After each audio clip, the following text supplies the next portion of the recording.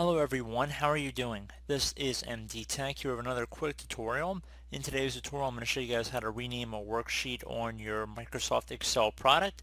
So this should be a pretty straightforward tutorial, and without further ado, let's jump right into it.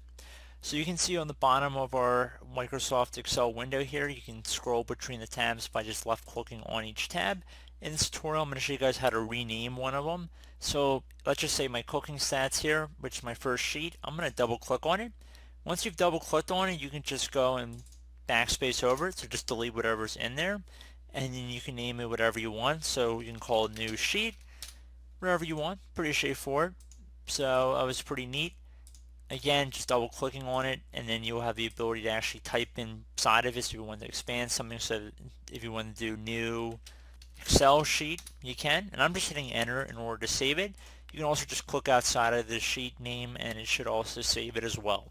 So as always, thank you guys for watching this brief tutorial. I hope I was able to help you out, and I look forward to catching you all in the next tutorial.